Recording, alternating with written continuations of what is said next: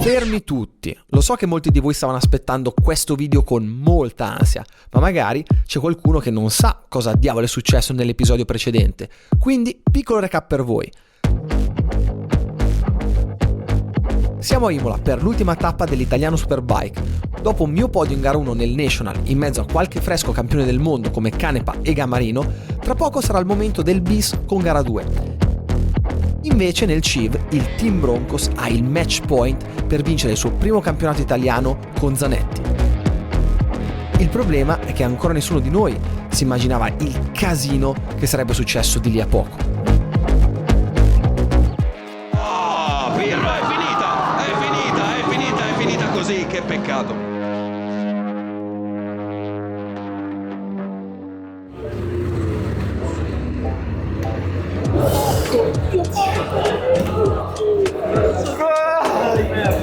L'ultimo giro c'era il problema che si è fermato, non so, ma benzina.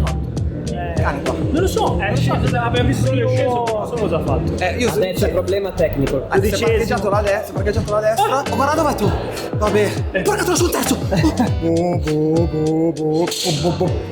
Come sai i camion diesel. Questa è la mia bacheca immaginaria, no? Questa. È sabato, manca ancora ragazzi, io ho fatto già così. Clic. Deposito. Depositata. Fatto e finito. Niente. Poi possiamo anche prendere a casa, siamo a posto.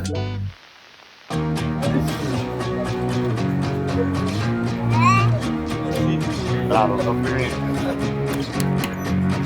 Vai. Spara. Via! Perché si è acceso il terzo stop? Che mi sta per esplodere l'airbag. No! Grazie. Finite, non ho più. Grazie. Di solito finisco prima le tute delle saponette.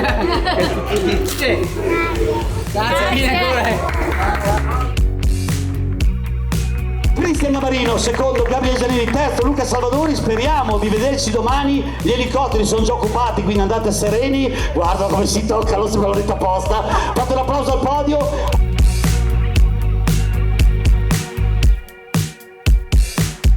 Ragazzi, gioie e dolori. Prima di entrare in pista in gara 2 devo sistemare questo grossissimo problema. Quindi voi direte, che palle, devo andare a aprire le app, ci metto mezz'ora perché non so cosa fare, come si fa, come non si fa. E in questo esatto momento ci viene aiuto Cibil, che ci semplifica tantissimo la vita. Perché direte voi? Adesso vi faccio vedere. Entriamo nella mia banca. Login, tac, entra. Ok, iconcina in basso, schiacciamo zona Cibil. Tac, di nuovo, si entra, QR code da scandagliare, zac, mandiamo adesso la conferma, autorizziamo il pagamento ed è tutto fatto. E adesso posso vestirmi per andare a scannare.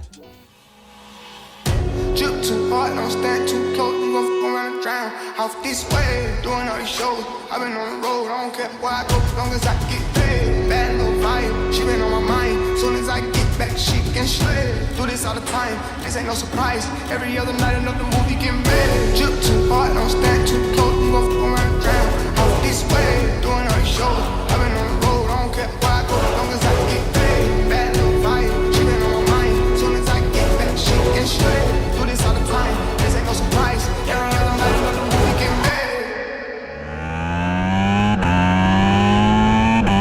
Gara 2 sarà molto più difficile di ieri per il semplice fatto che tutti miglioreranno, il passo sarà ancora più veloce e soprattutto magari se riusciamo a non lanciarci nel giro di ricognizione, già partiamo 2 passi avanti.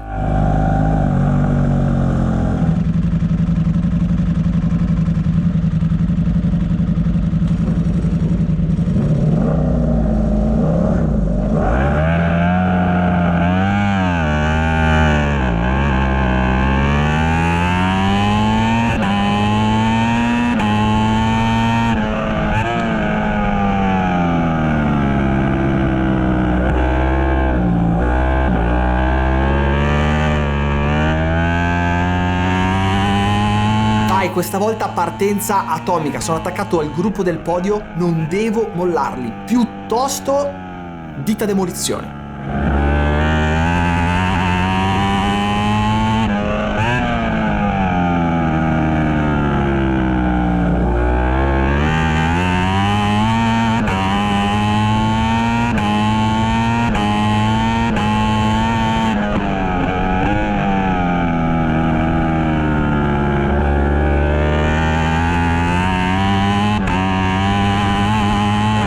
vabbè, ci sta. Oh, si scompone, attenzione, si scompone Luca nella discesa sempre super impegnativa verso le acque minerali.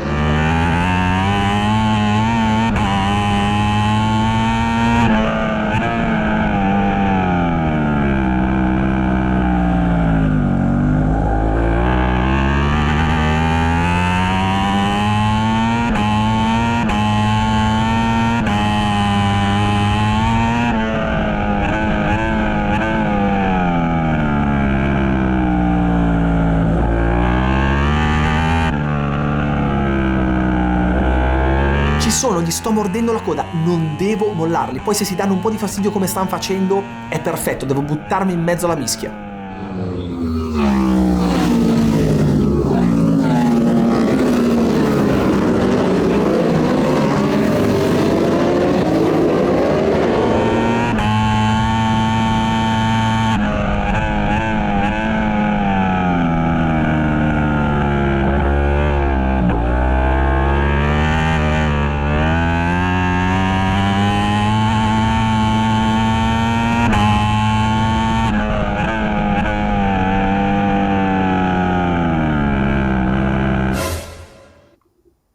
Mamma mia, cosa ho rischiato, ragazzi?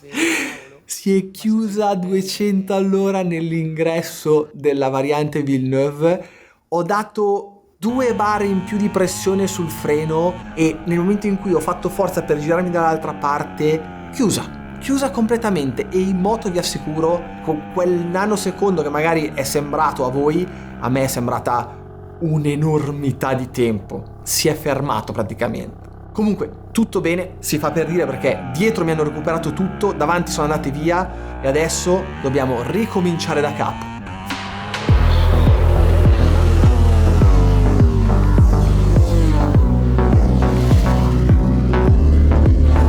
48,6 per Giannini, 49,8 Salvadori, ma con l'erroraccio di prima Sì, che è arrivato lungo purtroppo. Ecco, in questo punto esatto, qui prima aveva sbagliato e sta faticando un po', si muove un po' la Ducati Broncos e in effetti forse Vietti Ramos potrebbe iniziare a avere l'idea di andare a riavvicinarlo per guadagnare 4 posti.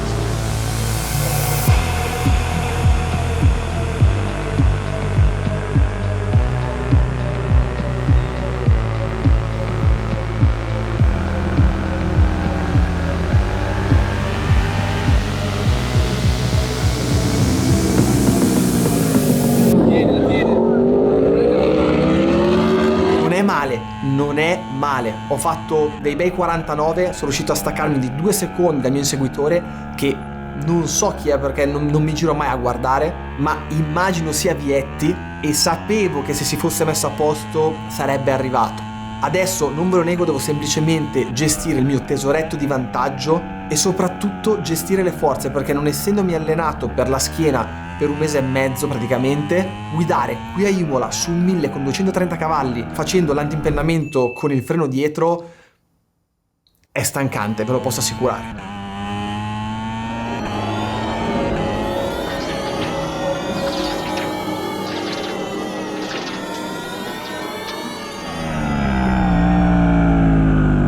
Non ci credo, ragazzi, non ci credo. Mi ha recuperato. Adesso mi sono tenuto quel briciolo di forza per dare tutto l'ultimo giro. Entrerò un po' stretto in quei punti un po' limite, che sono la Tosa, l'ingresso della variante alta, la discesa della Rivazza, in modo da non permettergli sorpasso, ma si sa, tutto è possibile.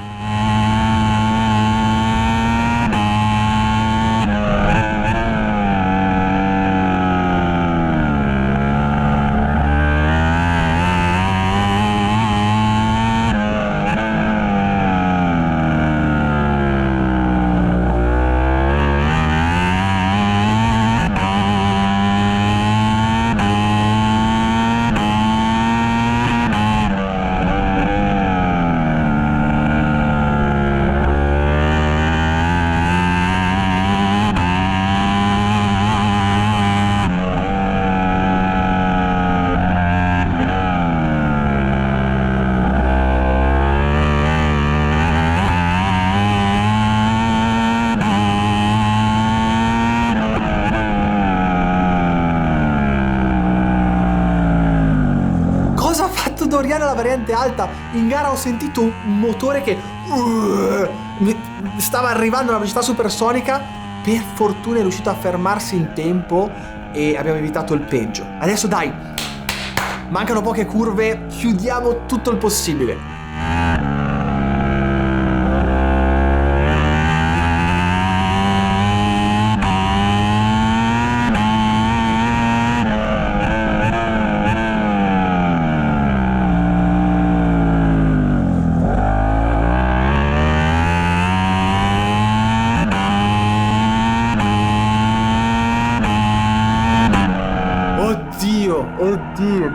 Oddio. Me l'ha fatta sudare di più del podio di ieri. Oggi massacrante. Cioè questo quarto posto è stato veramente più sudato, più guadagnato del podio di ieri. Però bello. Mi sono ridivertito a guidare. Ho ritrovato quelle belle sensazioni che avevo sul V4S. Probabilmente quel tipo di motore è più adatto alla mia guida, anche perché non sarei salito sulla moto dopo 2 anni che non lo usavo facendo il mio best lap di sempre qui dentro. Quindi i dati parlano chiaro, il cronometro non mente. Ovviamente, come già detto, se l'anno prossimo vogliamo fare un vero step bisogna pensare di arrivare attrezzati, ma ci penseremo durante l'inverno. Adesso mi godo questo solido weekend, questo bel podio che ho fatto ieri, e tra pochissimo ci sarà lo showdown del CIP, dove il Team Broncos si giocherà il titolo italiano con Lorenzo Zanetti.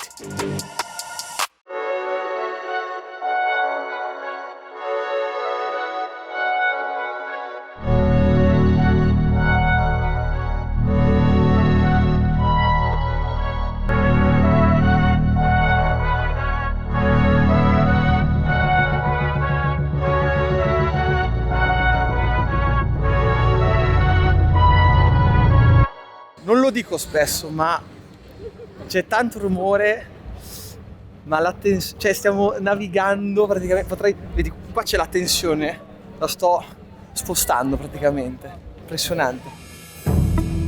La sfida che sta per iniziare e che andrà a definire il campione Superbike italiano 2023 inizia adesso. E allora via con Del Bianco, con Tamburini a bomba del Yamaha verso la staccata della variante del tamburello. Sono così, Del Bianco, Tamburini è partito fortissimo. Oh, attenzione, Zanetti già davanti a Pirro, lo va già a cercare, è partito male Michele Pirro, passa anche la briglia di Bernardi. All'attacco Zanetti è in seconda posizione.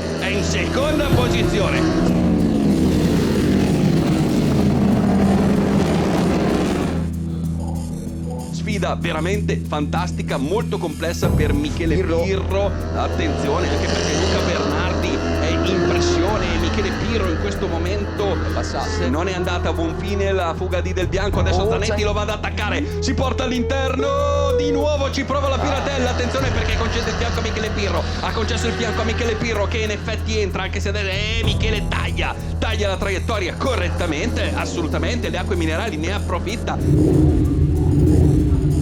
Ha preso Pirro, attenzione Zanetti, entra come una furia con la Ducati Broncos Racing, la squadra di Luca Conforti, e va a sorprendere Pirro. Vediamo se sia la risposta di Michele Pirro, che accetta la lotta Michele Pirro, fantastico, e inizia così, uno contro l'altro, come ieri. Arrivano alla staccata alla Gresini, tiratissima, entra Michele Pirro e va in prima posizione, ha scavalcato Del Bianco. Attenzione, un po' di gap tra Del Bianco e Zanetti, adesso la differenza la deve fare Zanetti. 0 punti, Zanetti è già all'attacco, la differenza. Wow! Da dove è passato? È finita così, che peccato. Non ci voleva, è finita così. Prepariamoci con tutta la roba, che si sta a bandiera rossa, prepariamo il campo.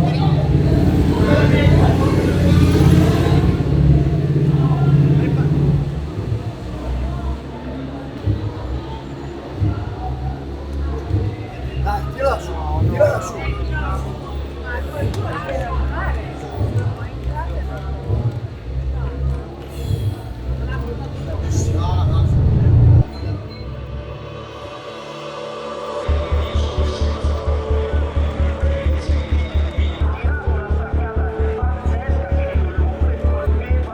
E aspettiamo sul traguardo traguardo dovrebbe arrivare Michele Pirro in 11ª posizione, è ancora in gara, lentissimo, eccolo qua. Michele Pirro taglia il traguardo, sai cosa ti dico? Bravo, poteva fermarsi.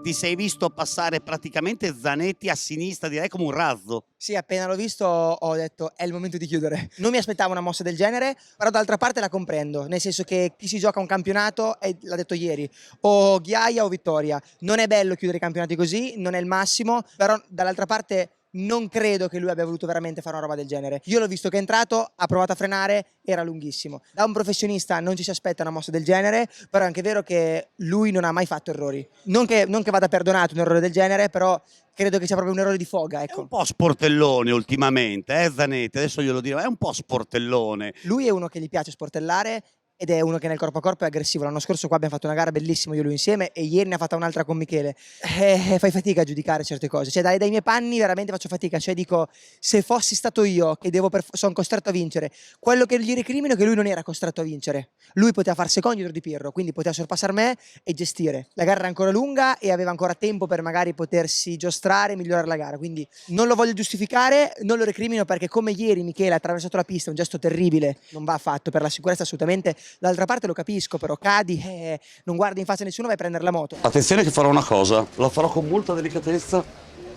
La prima impressione è stata quella di ho visto un errore che ho visto tante volte all'Italiana Amatori, perché queste frenate veramente sballate, qui non si parla di una frenata allungata di qualche metro, è stata proprio di aver mancato la staccata. Quando tu non fai una curva, che le curve la fai fuori, non puoi dire che hai fatto un sorpasso. Hai fatto un sorpasso alla spera in Dio. Diciamo che hai detto bene tu prima, ieri ci sono state comunque delle manovre strane, però non essendoci... È capitato in questi anni di fare un sorpasso e buttare fuori qualcuno. Mai, ho fatto il sorpasso, tutto. Oggi se era un altro, mi batteva correttamente, come lo doveva fare ieri. Non fai la gara a ostruzionismo o comunque la gara sapendo che sei più lento, tutto. Ci può stare, ma cazzo, non mi devi far male. Io ho una famiglia, c'era presente un'azienda, non mi puoi far male. Cioè non è da professionisti. Oggi lui ha fatto una roba veramente da amatore, uno sbaglio. Ma lo faceva se lui la curva non l'avrebbe fatta, come non l'ha fatta ieri. Solo che c'ero io.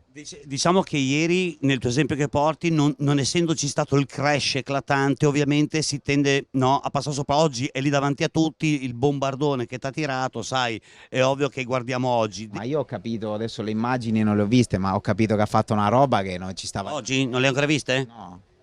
È una centrata da trofeo Italiano Amatori 1000 base. Guarda, gli auguro il meglio, che questo titolo lo porta l'anno prossimo alla MotoGP, anche a lui, che se lo merita. In bocca al lupo. Crepi. Questa staccata è andata male, questo crash che ha coinvolto te Michele, che ha lasciato un po' l'amaro in bocca, credo in primo luogo anche a te.